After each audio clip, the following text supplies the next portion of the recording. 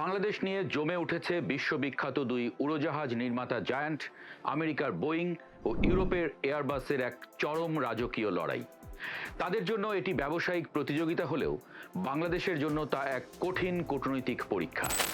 কদিন আগেই মার্কিন জায়ান্ট বোয়িংয়ের সাথে ৪৫,০০০ কোটি টাকার এক বিশাল চুক্তি সই করেছে বিমান বাংলাদেশ এয়ারলাইন্স। তখন মনে হচ্ছিল বোয়িং বোধহয় জিতে গেল, কিন্তু খেলা তখনও বাকি। এই চুক্তির রেশ কাটতে না কাটতেই নতুন তৎপরতা শুরু করেছে ইউরোপের এয়ারবাস।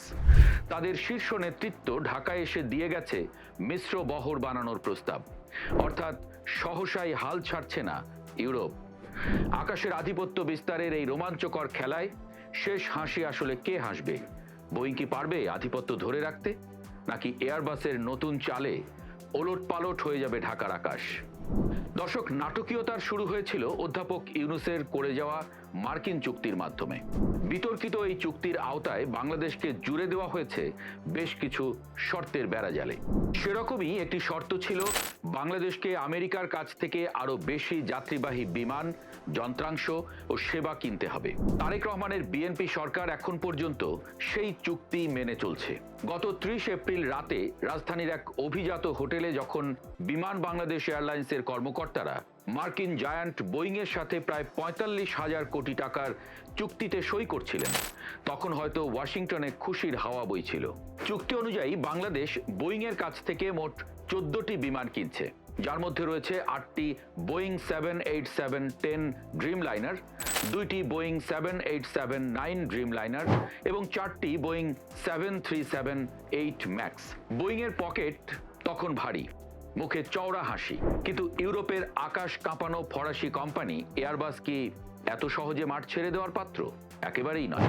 বোয়িংয়ের চুক্তি সইয়ের রেশ কাটতে না কাটতেই মাত্র ৪ দিনের মাথায় ৫ মে সকালে চটজলদি ঢাকায় এসে হাজির এয়ারবাসের ভাইস প্রেসিডেন্ট 𝗥𝗶𝗴𝗵𝘁𝘀। সোজা চলে গেলেন সচিবালয়ে বেসামরিক বিমান পরিবহন ও পর্যটন মন্ত্রী আফরোজা খানমের দপ্তরে। সাথে ছিলেন প্রতিমন্ত্রী এম রাশিদুজ্জামান মিল্লাত এবং বিমানের নতুন এমডি কাইজার সোহেল আহমেদ। সেখানে গিয়ে এয়ারবাসের প্রতিনিধিরা এক অভিনব প্রস্তাব দিলেন। তারা বললেন, আচ্ছা, আপনারা বোয়িং কিনেছেন, খুব ভালো কথা, কিন্তু সব ডিম কি এক ঝুড়িতে রাখতে আছে? বিমানের বহরটা শুধু বোয়িংয়ের একচেটিয়া না রেখে একটা মিক্সড ফ্লিট বা মিশ্র বহর বানান। কিছু বোয়িং চলুক, সাথে কিছু আমাদের এয়ারবাসও থাকুক, এতে আপনাদেরই লাভ। বিমানের মন্ত্রী প্রতিমন্ত্রীরা হেসে প্রস্তাবটি স্বাগত জানালেন এবং তারা বললেন তারা এয়ারবাসের সাথে ঘনিষ্ঠভাবে কাজ করতে চান। দর্শক, এই নাটকের পেছনে রয়েছে এক বিশাল ভূরাজনৈতিক রশি টানাটানি। একটু পেছনে ফিরে তাকালে দেখা যাবে বিগত আওয়ামী লীগ সরকারের আমলে কিন্তু এয়ারবাসেরই জয় জয়কার ছিল। ২০২৩ সালের সেপ্টেম্বরে যখন ফরাসি প্রেসিডেন্ট এমানুয়েল ম্যাক্রো বাংলাদেশে এসেছিলেন, তখন বেশ ঘটা করে ঘোষণা দেওয়া হয়েছিল যে বাংলাদেশ এয়ারবাসের থেকে 10টি বড় বিমান কিনবে। কিন্তু ২০২৪ সালের আগস্টে গণ অভ্যুত্থানে শেখ হাসিনা সরকারের পতন ঘটে, আর ঠিক তখনই দৃশ্যপটে হাজির হন মার্কিন প্রেসিডেন্ট ডোনাল্ড ট্রাম্প। ট্রাম্প ক্ষমতায় এসেই শুরু করলেন তার চেনা ছকের বাণিজ্য যুদ্ধ। ট্রাম্পের ৩৫% শুল্ক আরোপের খড়গ আর মার্কিন প্রশাসনের নানামুখী চাপের মুখে পড়ে হিসাব নিকাশ উল্টে যায় বাংলাদেশের অন্তর্বর্তী সরকারের।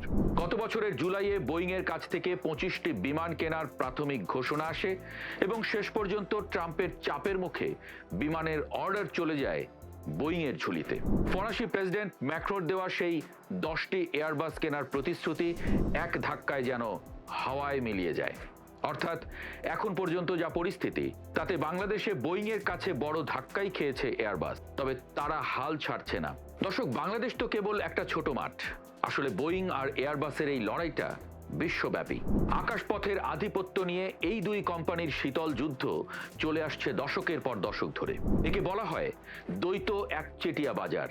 কখনো বোয়িং তার দুর্দান্ত ড্রিমলাইনার সিরিজ দিয়ে বাজার দখল করে, তো কখনো এয়ারবাস তার জ্বালানি সাশ্রয়ী A320neo বা A350 দিয়ে বোয়িংকে টেক্কা দেয়। বিগত কয়েক বছরে বোয়িংয়ের 737 ম্যাক্স বিমানের কিছু যান্ত্রিক ত্রুটি ও দুর্ঘটনার কারণে বোয়িং যখন বিশ্বজুড়ে ইমেজ সংকটে ভুগছিল, তখন এয়ারবাস তরতর করে এগিয়ে যায় এবং বিশ্বের 1 নম্বর বিমান প্রস্তুতকারক হিসেবে নিজেদের প্রতিষ্ঠা করে।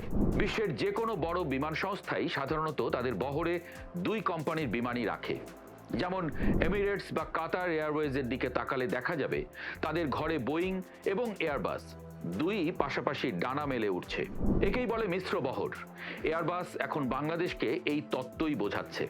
তারা বলতে চাইছে বোয়িংয়ের উপর শতভাগ নির্ভরতা দীর্ঘমেয়াদে বিমানের জন্য ঝুঁকিপূর্ণ হতে পারে।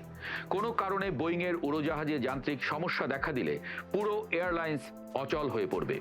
তার চেয়ে মিশ্র বহর থাকলে দর কষাকষির সুযোগ থাকে এবং ফ্লাইট পরিচালনায় নমনীয়তা আসে। এখন প্রশ্ন, শেষ হাসি হাসবে কে? বোয়িংয়ের সাথে বাংলাদেশের চুক্তি চূড়ান্ত হয়ে গেলেও এয়ারবাসের নতুন তৎপরতা প্রমাণ করছে তারা সহজে হাল ছাড়ার পাত্র নয়। বাংলাদেশের বিমান চলাচলের বাজার যেভাবে বড় হচ্ছে তাতে এয়ারবাসের নজর এখন ভবিষ্যতের বাকি অর্ডারগুলোর উপর। আপাতত বোয়িং চুক্তি জিতে যুদ্ধ জয়ের হাসি হাসলেও এয়ারবাসের ভাইস প্রেসিডেন্টের এই ঝটিকা সফর বোয়িংয়ের কপালে চিন্তার ভাঁজ ফেলার জন্য যথেষ্ট। ঢাকার আশেপাশে বোয়িং আর এয়ারবাসের এই রোমাঞ্চকর লড়াইয়ে শেষ পর্যন্ত কার ডানা বেশি ভারী হয় তা দেখার জন্য আমাদের আরও কিছুদিন অপেক্ষা করতে হচ্ছে।